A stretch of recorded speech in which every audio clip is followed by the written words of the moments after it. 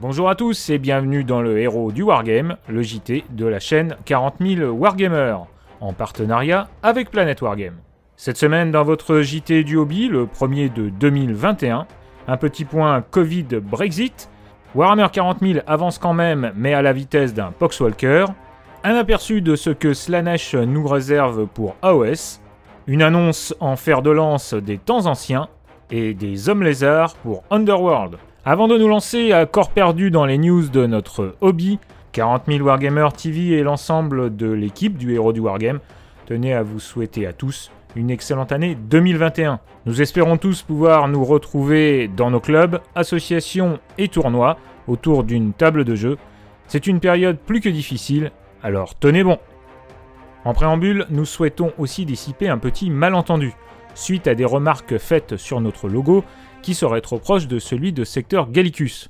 Après prise de contact avec eux, et notamment Fenricien, celui-ci nous a certifié que de son côté, il n'y avait aucun souci. Je le cite, « Merci pour votre mail, alors franchement, aucun souci. J'avais remarqué aussi le même concept de l'aigle remplacé par un coq, mais de là à dire qu'il y a du plagiat, c'est un peu gonflé.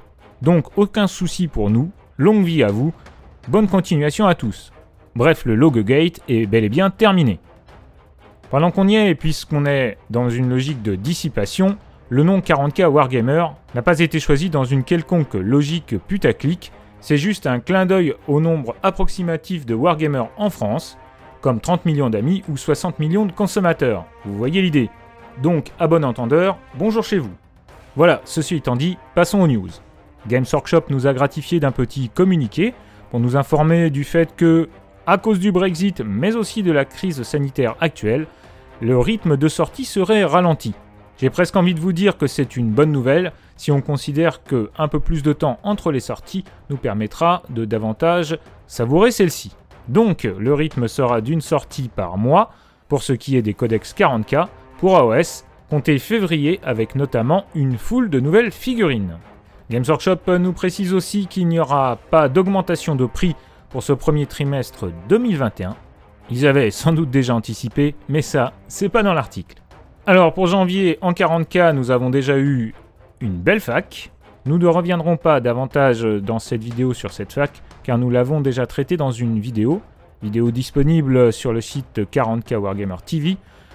Le lien est dans la description, à côté de celui de Warhammer Community. Qu'est-ce qu'on est sympa! Sympa aussi la figurine de Gorzak Gistompa et Nikki, exclusivement réservée au magasin Games Workshop, mais aussi la sortie du légendaire Sarl Tarwitz en préco chez Forge World.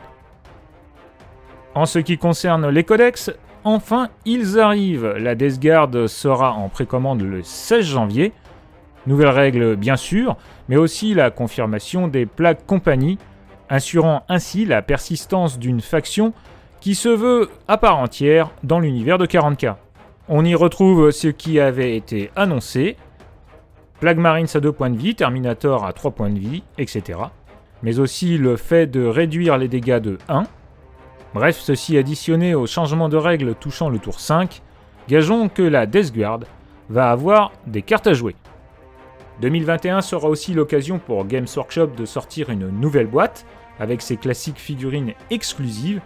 Pieties and Pain sera l'occasion d'une opposition assez féminine entre les sœurs de bataille et les Drukhari. Un crépage de chignon en règle donc entre la nouvelle figurine de Letty Tesperax et celle de la Palatine.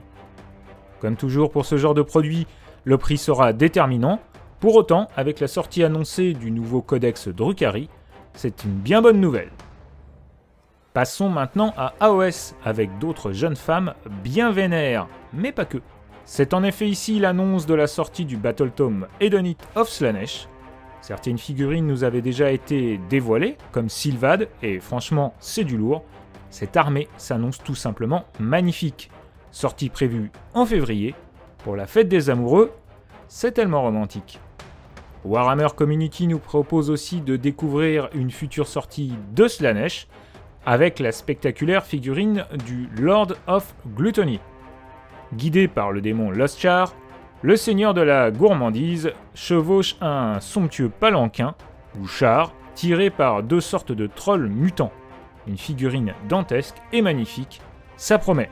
Ça promet bien sûr, mais que dire de cette annonce qui a fait vibrer nos cœurs de vieux lions, avec la présentation de la carte du Vieux Monde à travers les montagnes grises à l'ouest, j'ai nommé la Bretonie. Si ça c'est pas une bonne nouvelle, on retrouve ici Paravon, Quenelle et Aquitaine, et on y fait aussi mention des orques, et même des enclaves aux elfes. Envoyez les madeleines, ressortez les socles carrés, on est prêt. Et quelle plus belle transition après avoir parlé du retour du roi au cœur de lion que de passer maintenant aux hommes lézards. Cela rappellera à certains d'entre vous une certaine boîte de démarrage pour Warhammer Battle. C'est pourtant pour Warhammer Underworld cette fois-ci que nous sont proposés les Slann ou Séraphons dans une bande du plus bel effet pour Dire Straits. Une sortie qui en appelle bien d'autres et franchement ça fait plaisir. Voilà, ce héros du Wargame, première édition de 2021 est maintenant terminé. Merci de l'avoir suivi. N'oubliez pas de mettre un petit pouce bleu, de vous abonner à la chaîne et de la partager autour de vous. Je vous rappelle que vous pouvez aussi soutenir la chaîne sur son Tipeee. Car cette année, plus que jamais, sans contrôle, la chagate n'est rien.